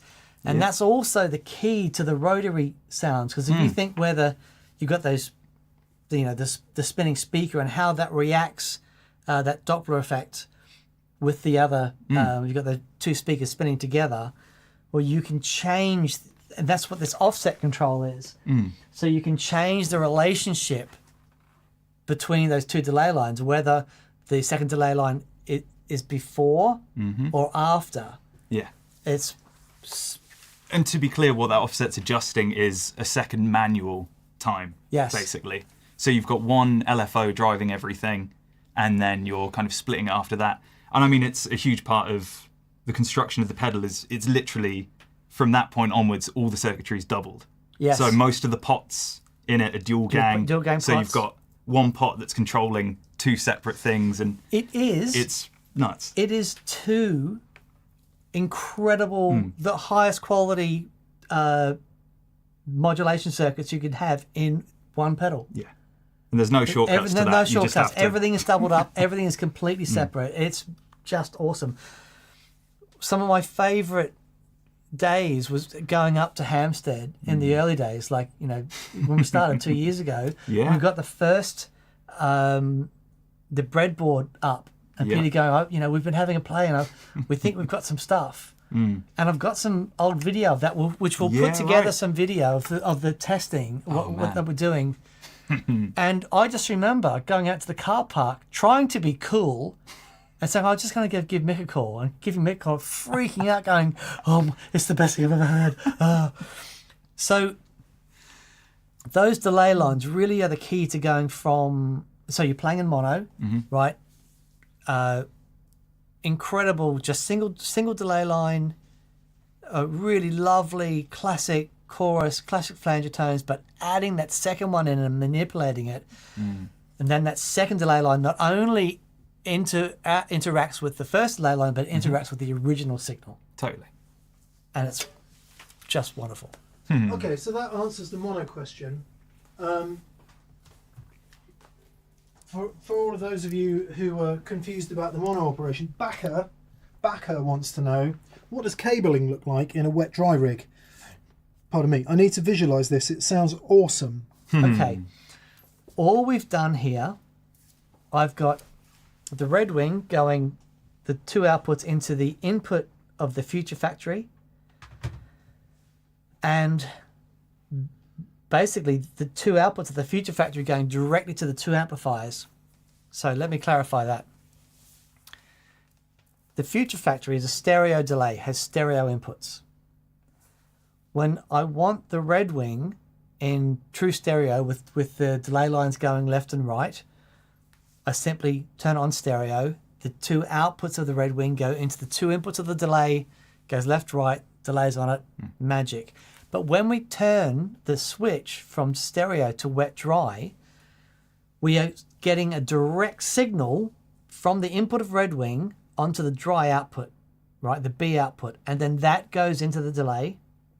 So we're still getting stereo delay, but the dry signal is going through, and then the summed stereo signal on the A output of Hamstead of the Redwing is going into the other input on the stereo delay.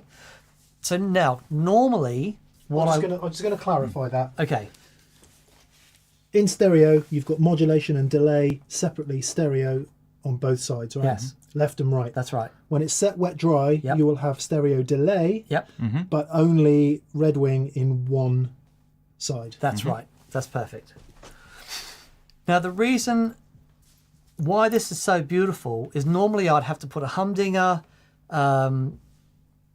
sort of before the Redwing and then go out from that and then into the amplifier. So we'd have delay and modulation on one amplifier, direct on the other, which is really cool.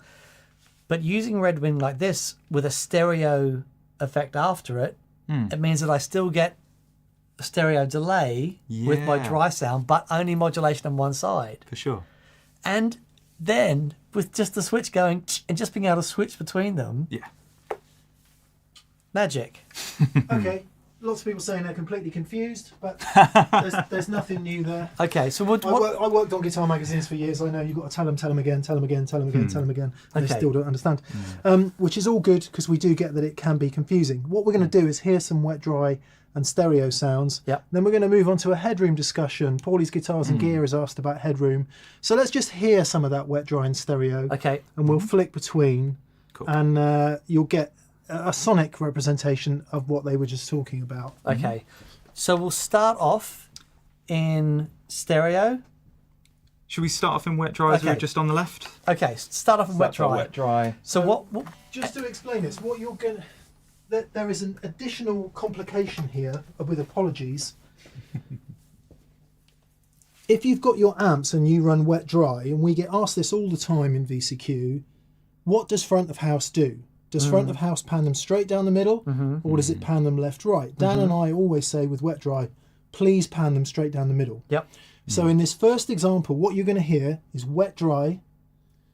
I am front of house. I'm going to pan them straight down the middle. Then I'm going to pan them hard left and right. Perfect. Okay, and then we'll stop after that. Is that cool? Yeah, Yeah. great. So Yeah. keeping it wet dry whole time. Yeah. Awesome. Dan, do you want to? Okay.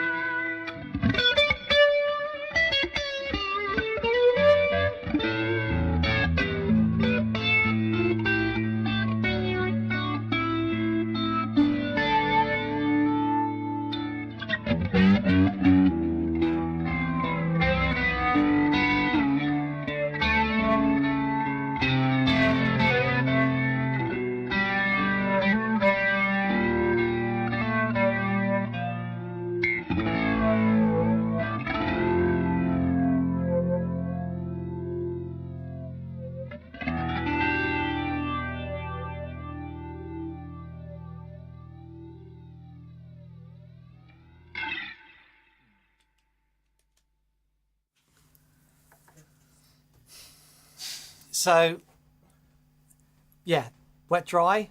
I should feel like I should explain a little bit. Okay. I was running around gesticulating to camera and realising that the shot was on the pedal board. You should have heard very clearly. So throughout all of that, the pedal was in wet-dry mode, right? Yep. So the Hamstead amp here was doing wet. The deluxe reverb amp behind Brian was doing dry. And what you heard was me panning them, doing a front of house job, going left and right with the 2 amps and then back into the center. That is the principle of wet dry. So you're only ever getting modulation on one side. Yeah. So what we can do then, and Mick, I wouldn't mind just doing a really brief extra little bit on that. I'm going to go 100% blend on that because we still had a direct signal blended in. So what I want to do now with the wet dry is go only modulation in the wet, Cool. right? And then only dry in the dry. And where do you want that panned? However you like. But let's do so that people can hear it. Let's do hard panning on this one. Okay. Yeah. So what I'll get you to do, Brian, is when we start this, I want you to turn the gain down and then the blend up to 100%. Cool. But if we Start from where we start were. from where we were, Cool. and then we'll go 100% wet with no dry signal. Right on. Okay? Do you want a bit of gain? Yes, please. Ready?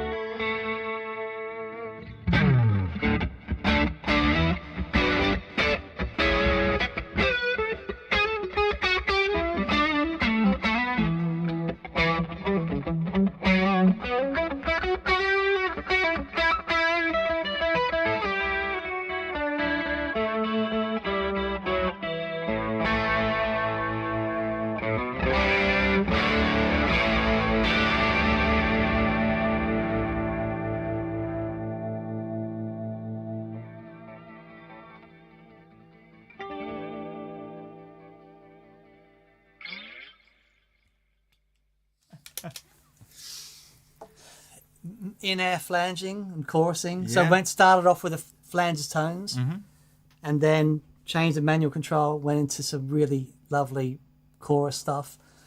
But we were hearing only the wet sound in one amplifier, Yeah. and direct in the other. So the beautiful thing about the wet dry switch on the back is that when we go to wet dry, the blend control only affects the signal coming out of the wet side, right? The dry signal is just the input. Yep. So, I mean, it's the dream. This is the dream. It's the dream. It's the dream. Simon VRDJ says, notice only one cable going from the D&M drive into the Redwing. That's right. After that, 2 cables from the Redwing to the Freether tone. Yes. Yeah. So go mono in, stereo out. So you can do mono in, stereo out. Yes. You can do mono in, mono out. Yes. Or you can do stereo in, stereo out. Or stereo in, mono out. Or stereo in, mono And out. sum them. There you go. So you can literally do any version of mono and stereo you want. M-Files band, he said, what about not panning it too much? Just like 30% each side. You heard there the last panning action, I did that. So I took them from hard right and left to just a little bit right and left. Awesome. Because normally with wet dry we pan them straight down the middle, but it's good to hear for the different sounds. Andrew R says, when running in wet dry, would you run the blend on the Redwing with more of the delay line to compensate for the dry line to the amp? Or does the clean signal still need to be mixed in? That's what he just demonstrated. Yeah, doesn't need to be mixed in at all. And they're some of my favourite sounds when they're not mixed in, because the relationship between the two amplifiers, it fills up the space in a whole different sort of way. You absolutely can have some of the direct sound in, because it's all analog, right? And everything's in phase. You absolutely can have some of that direct sound in, but I love it when there's not, when you just have the modulation in one and the direct sound in the other. I think this is also where the panning thing comes in, because if they're panned hard left and right, Yeah. then having a bit of the dry signal in helps just to lift it back up. Absolutely. If you're creating one mega sound with them both down the middle, that's where having the extreme wet and then your other completely dry gives you the most kind of effect and source going on. And the other thing to remember is, because it's true stereo, you could split the signal for Redwing and have proper wet, dry, wet. Yeah. 100% wet, true stereo, left and right, direct in the middle. Oh, yeah. Paulie's Guitars and Gear says it literally sounds like modulation straight from a produced record. Yeah. So can we just talk about this for a second, because you've spent a lot of time with this in the studio. So we're into the discussion about Headroom now, because we've had quite a lot of questions from people that are into modular synths and into keyboards in general, saying because of its BBD nature, brilliant Brian design, Bucket Brigade devices, and its analog nature, does it have enough headroom to operate in a sort of line level studio environment? So yeah, we've had a few emails in about this as well, and the general line is, we'd say just treat it like you'd treat any other kind of Bucket Brigade device pedal. If it's something that you've been using before with similar things, that's always the limiting factor on Headroom. We were talking about power earlier. Like a lot of our pedals, it uses an internal switch mode power supply. So whatever you put in, there's no change in like Headroom or anything like that. You're always running, basically there's a power supply in there that distributes everything nicely, so everything's running at its optimal voltages. And what that means is whatever you put in, you're getting kind of the most out of the Bucket Brigades that you can, which is kind of how we voiced the pedal to be. With that said, that's always going to be the limiting factor with Headroom. So yeah, if you want to run line level stuff into it, reamp boxes are your friend, things to just kind of play it by ear and see how it goes. I mean, yeah, that was a big part of the R&D, was taking it on a bunch of sessions and having a few sort of producer friends that were happy to indulge trying it out on all sorts. So it was everything from just bussing stuff out through it, whether that's an entire mix or... So you were using a bus into it? Yeah. Bits of everything. I mean, we were running buses, we were running there you go. mics that reamped through it. Bits of this, that, and it's mainly just sort of tuning it in and getting that level right by ear, because it's all doable and it's an awesome sound. The other thing to remember as well, because there's a gain control in there, there's quite a lot of gain there. If you need to reduce the input to it, you can, and then you can just turn it up. Yeah. So you can do that quite simply. Yeah. It has more headroom than most Bucket Brigade devices that I've played, and humbuckers and everything is no problem. Because when we're voicing it, you've got the magic point between the right amount of voltage in the right part of the circuit to have the maximum amount of headroom without, because there's a point where, okay, if we we can have more headroom there, but it becomes a bit sterile and becomes a bit too noisy. We can have less headroom here and it becomes a bit crunchy. Yeah. You know, so there's just that magic spot. Yeah, that it was we a found. real balancing act. And I mean, that's a big part of the first year of the last two. Yeah. Was getting just that stuff dialed in, and we went to town on it. And what is really interesting to note, you know, we talk about how things feel under the fingers. We tried things like companders and that, you know, any sort of filtering, and as soon as we did that stuff, the magic went. Yeah. That slippery thing under the fingers just sort of went. Yeah, it was all. We found a lot of solutions were compromising the dynamic range and the I mean, that thing that you're talking about, that slippery kind of really organic feeling to it. So that was a huge thing. And then, anything filter-wise, again, especially with the flanging side, once you reintroduce the signal to itself with the regen, you're getting these insane frequencies that there's no way on earth you're going to hear them. Yeah. But they're there and they're happening and they're swirling around and all those harmonics are clashing into each other and doing the thing. And if you shelve those off too early, even though argument says there's no realistic way you're ever going to hear those frequencies, the impact they're having as they trickle down and everything starts to kind of mush together it's something that you just can't, we can't live without. Yeah, for sure. Yeah. Newsflash. Hello. Brian Carpenter wants to know, will the navy blue TPS overshirts be restocked? Yes, they will, Brian. Very good. Right on. Very good.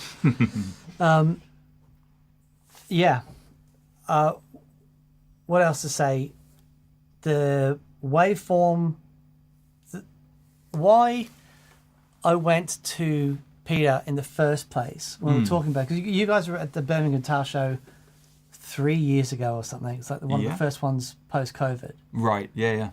And we were having a chat, and because I was such a massive fan of the tremolo and the waveform that Peter designed for that circuit, and that is the heart of this, and the three different waveforms. You've got triangle, sine, and asymmetric, and then you've got the shape. So if you imagine you've got your sine wave, the shape means you can move the center point of that waveform either forward or back. That's it. Yeah, you're tilting the whole thing, sloping it. So the triangle, I guess that's the next thing to hear if people are interested, is the triangle's a great example because that gives you your sawtooth, reverse sawtooth. Yes. And especially at slow speeds, you can get these really glitchy things where it's cutting off the modulation at a certain point in the sweep and then bringing it back up, and the whole kind of lilting thing at slow speeds is a super, super cool sound. Yeah.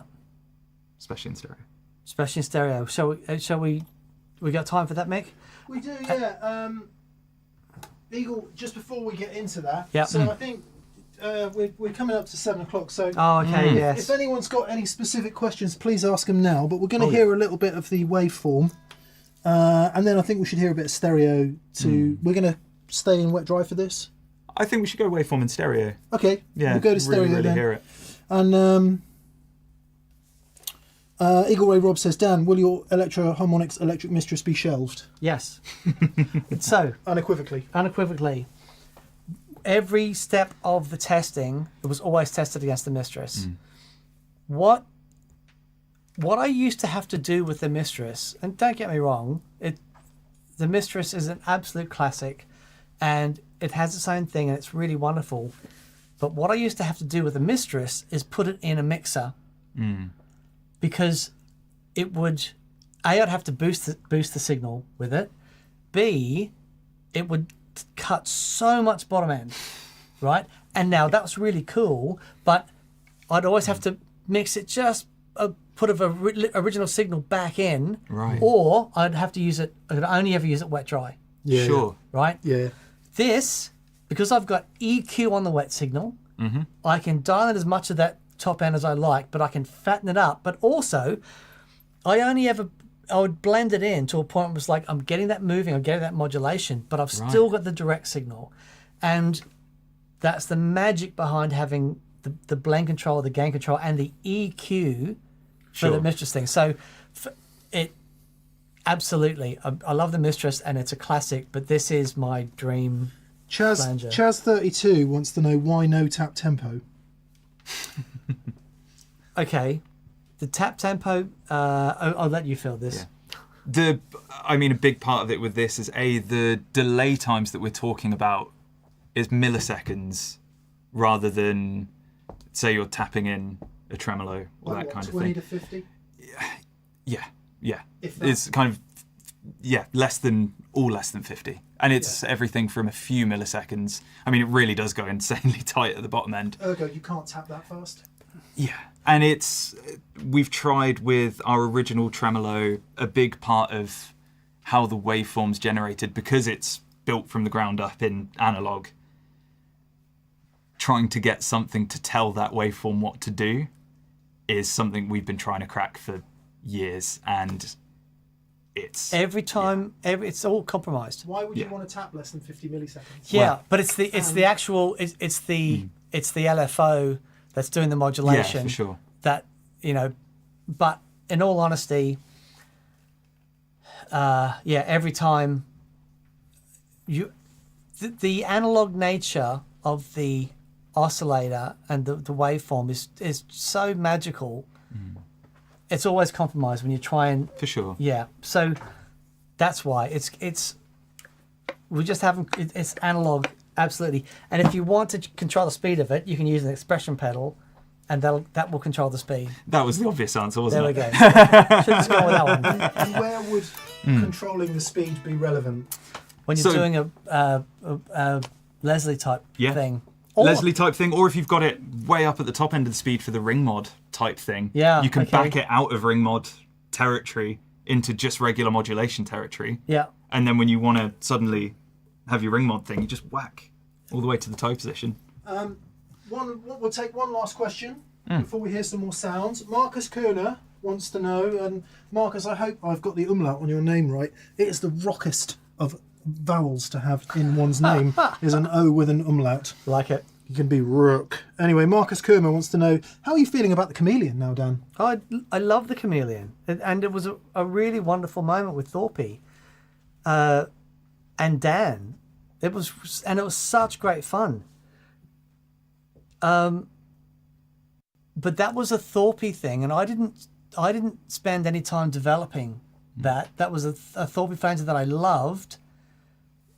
This has been 2 years, and that I've been working with the guys at Hamstead.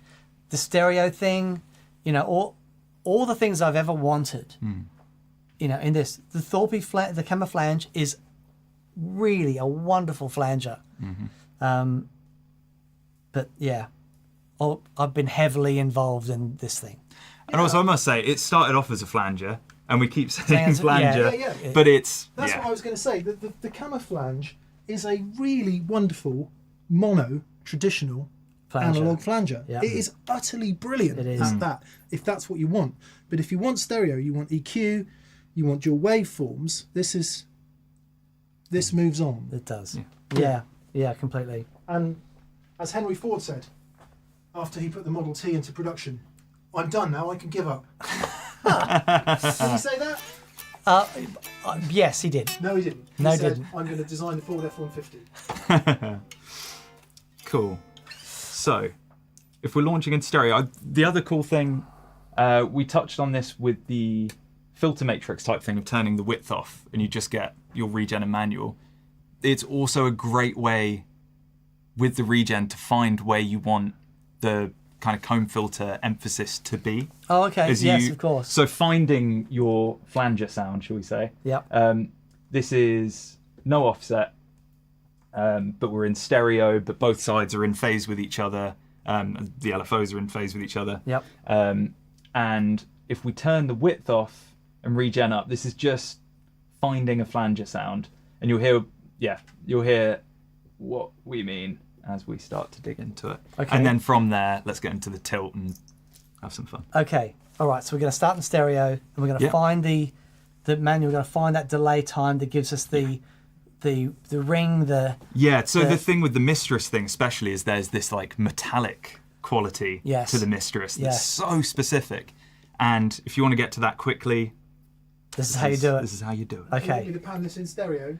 Yeah. Okay, that's not playing until Ready? We rocking? Okay.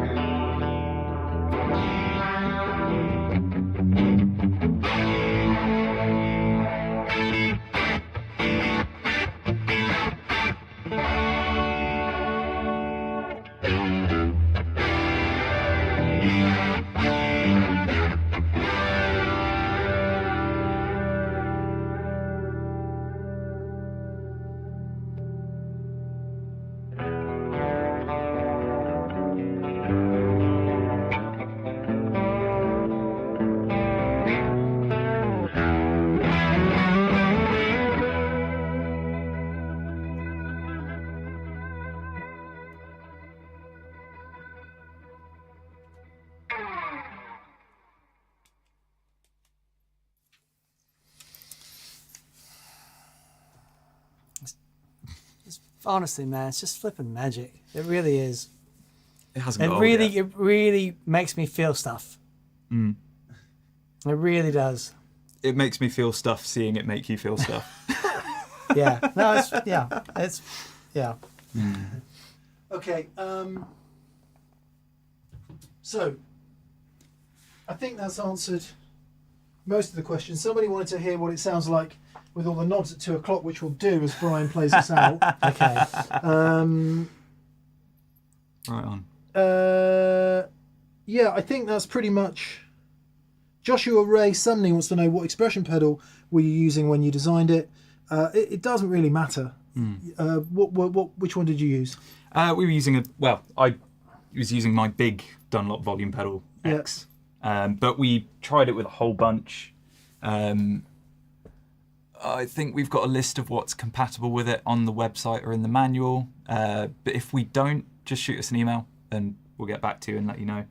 But yeah, it's the usual 5 volts deal. So Yeah, I mean, I use the Mission with mine, and it's perfect. The DoD, the little Mini DoD X. one is good actually. Really good. We did have one here, but obviously mine's got walkabout. Yeah, but they're great. You know, a bunch of them, awesome. Yeah. So I think we'll probably play out. Oh, hang on. We've got one that's come in by hello. email. This earlier. Oh, yeah, Ah. we dealt with that. Oh, okay. Line level and stuff, thank you. Yeah. Yeah, so this was from Abel Zill. From Abel or Abel Zill, wanted to know about modulation on synths, hybrid polysynths and all that. So I think we covered off that a little bit earlier. I think it would be fun to make a synth video if we knew anyone that was into that stuff. Yeah, cool. But cool. Oh, there's also another thing on the topic of synths and people that like to make noise is the way the pedal's set up. We wanted to get right on the edge of what the regen realistically is capable of, which brings you into sort of self-oscillation. Yeah. Once it's oscillating, it's like a fun experiment at home, nothing plugged into it. If you crank the regen, Yes. it will start freaking out. Start twiddling with knobs, it's really fun. Awesome. Everything affects it. And you can change the waveform and the shape of it obviously gives you different tones and the offset. Yeah. Separate the two and give you two different pitches. And Yeah, so it is. It's very interactive. Yeah. Yeah. Cool. You can have a lot of fun with it. Everyone, thanks for your questions tonight. Hopefully that answered some of the stuff that came out from the weekend. If you have any more, keep them coming. Brian, perhaps we get you to play us out. Okay. Dial some sounds in. Somebody has asked, And that person will be, can you guess what the question is? it's not what this silly guitar is. It is. Good. Hey! Chris Gunn wants to know, Brian, what guitar is that? This is a Fidelity Guitars Stella Rosa. I can never remember it. There's various specs. There's everything from a light to a deluxe, and this is somewhere on that scale. But yeah, Matt's a nice little custom shop just the other side of Cambridge from where we are with Hamstead, and he's the sweetest dude. Builds the sweetest stuff, man. Yeah, it's lovely. Yeah. I don't know if the slight sparkle in this one is translating across screen, but it's rad. Mojo gold foils, Nice. all the good stuff. So perhaps before you start playing, Brian, you could tell us a little bit about the kind of sound you're going to dial in and how you go about that and what it is you're going for. Okie dokie. Well, what haven't we? What's fresh territory? Just a really nice sort of lush chorusy. Yeah. Could do that and some. I tell you what I love. Hello. I think my personal favourite sound out of it Yeah. is that sort of vinyl warp. Yeah, Oh, right. Sound that yeah. you get out of Okay. it is so Okay. cool and very contemporary. Tell me how I need to pan. Well, all right. This one, let's go in stereo and use the offset to really, really exaggerate it. Okay. So I would say, if you pan Hard right this to guy left. nice and wide, and we can go sort of slow, do it like this. Cool. And we'll say cheerio. Yes. Thanks everyone. Thanks for watching. Have a fantastic day. See you for TPS Christmas Carol on the. No, we'll see you next Monday. And also a huge. Sorry, I realised that I've come into this late in the game and missed out on the thank yous. But to everyone that's bought a Redwing or is thinking of buying a Redwing, thank you. It means such a huge amount to. Yeah, man. What realistically we're a much smaller company than we maybe sometimes look like online, and it's been amazing for the kind words and the general response. It's been a passion outrageous, and project, it's- and one thing I will say, a couple of people have asked about, the every component in there. There's nothing in there that's not, every component is the best component we can put in there. The guys have just done the most wonderful job, but there is, at no point has there been any compromise in this thing. It really is a wonderful thing. And massive thank you to you and to Peter for indulging my silliness and getting this together. And It's been a ride. We've learned so much on the way. I don't know if it's all stuff we wanted to learn, but we've learned it one way or the other. And I so pleased with how it's turned out, and I just can't wait to what people do with them. Brilliant, mate. It's going to be awesome. Yeah. It's going to be awesome. Okay. Right on. Give it a go. See you next week, everyone. See you guys.